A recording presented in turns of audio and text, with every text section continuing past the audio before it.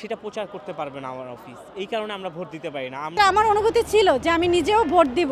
আগামীকাল অনুষ্ঠিত হতে যাচ্ছে ত্রয়োদশ জাতীয় সংসদ নির্বাচন ও গণভোট। এই ত্রয়োদশ জাতীয় সংসদ নির্বাচন ও গণভোটে সবাই ভোট দিতে পারলেও ভোট থেকে বঞ্চিত হচ্ছেন গণমাধ্যম কর্মী।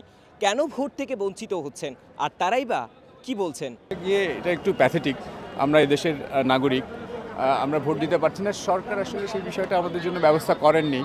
তো আমাদের জন্য কষ্ট হচ্ছে এবং আমরা মনে করছি যে অচিরেই এরকম নতুন কোনো পরবর্তী নির্বাচনে হয়তো সরকার আমাদের কথাও মাথায় রাখবেন। আমরা আছি, পুলিশ ভাইয়ের সদস্যরা রয়েছেন, আরও অনেক সদস্য মানে নাগরিক আছেন যারা আসলে এই ত্রয়োদশ জাতীয় সংসদ নির্বাচনে ভোট দিতে পারছেন না। সুতরাং আমরা আশা করতেই পারি যে পরবর্তী কোনো ভোটের সময় আমরা আসলে ভোট দিতে পারবো। আমাদের ভোট দেওয়ার ইচ্ছা ছিল কিন্তু আমরা ভোট দিতে পারছি না। আসলে আমিও তরুণ ভোটার, আমারও ইচ্ছা ছিল যে আমিও ভোট দিব। এবার আমার প্রথম ভোট, আমি এর আগে কখনো ভোট দেইনি, তরুণ ভোটার। তো সেক্ষেত্রে আমার অনুভূতি ছিল যে আমি নিজেও ভোট দিব। গণমাধ্যম কর্মীদের বিষয়টা যদি বলি, এটা আসলে ভোট দিতে না পারাটা কষ্টসাধ্য বিষয়, আমাদের দুঃখজনক। নির্বাচন কমিশন চাইলে পারতেন কিন্তু গণমাধ্যম ব্যক্তিদের জন্য একটি ব্যবস্থা করতে।